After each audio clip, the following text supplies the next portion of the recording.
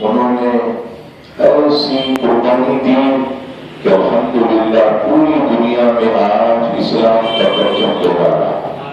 اور عزیزان گرامی، جمعے کا مبارک دن تھا، ماہ رمضان کی 17 تاریخ۔ بالکل بھوک اور پیاس سے، نہ کوئی تلواریں، نہ تیر، نہ بھالے، نہ سواریاں، کچھ بھی نہیں، بالکل یہاں تک کہ پیروں میں جوتیاں بھی نہیں، شدید گرمی، سخت قسم کی۔ اللہ اکبر۔ نبی کے پاک علیہ السلام نے جب یہ دیکھا تو صحابہ کو جمع فرمایا اور کہا، اے میرے صحابہ، حالات تمہارے سامنے ہیں، کھانے پینے کو ہمارے پاس کچھ نہیں، 313 دن ہو اور وہ 1000 سے بھی زیادہ۔ اللہ اکبر۔ انصار میں سے ایک صحابی کھڑے ہوئے اور عرض کی، یا رسول اللہ صلی اللہ علیہ وسلم، ہم موسیٰ علیہ السلام کی قوم نہیں ہے جو یہ کہیں گے کہ اے موسیٰ تم اور تمہارا خدا لڑو، ہم یہاں بیٹھ کر تماشا دیکھیں۔ تو یہ کیا تھا؟ جب حضرت موسیٰ علیہ السلام اپنی قوم کو لے کر جہاد پر گئے، جیسے ہی میدان جنگ میں پہنچے، سارے موسیٰ علیہ السلام کے ساتھیوں نے کہا، چند مخلصین کے علاوہ، کہا اے موسیٰ تم اور تمہارا خدا میدان جنگ میں دشمنوں سے لڑو، ہم کونے میں بیٹھ کر تماشا دیکھیں گے۔ تو صحابہ نے عرض کیا، آقا ہم موسیٰ علیہ السلام کی قوم نہیں ہے جو یہ کہیں گے کہ تم اور تمہارا خدا لڑو۔ یا رسول اللہ، ہم تو آپ کے غلام ہیں، آپ اشارہ کیجئے، آپ کے ایک اشارے پر ہم آپ کے آگے پیچھے دائیں بائیں ایسی جانوں کے نذرانے پیش کریں گے، اگر آپ ہمیں دریا میں کودنے کا حکم دیں گے تو ہم دریا میں بھی کود جائیں گے، لیکن کسی طور بھی ہم پیچھے نہیں ہٹیں گے۔ راوی کہتے ہیں یہ سن کر حضور علیہ السلام کے چہرہ انور پر ایسی خوشی ظاہر ہوئی کہ ہم سب کے دل بھی خوشی سے جو ہے وہ لبریز ہو گئے۔ اب نبی پاک صلی اللہ تعالی علیہ وسلم نے فرمایا کہ ٹھیک ہے، اب اللہ کی مدد کو شامل حال رکھ کر تیار ہو جاؤ اور کوئی بھی تم میں سے پیچھے نہ ہٹے۔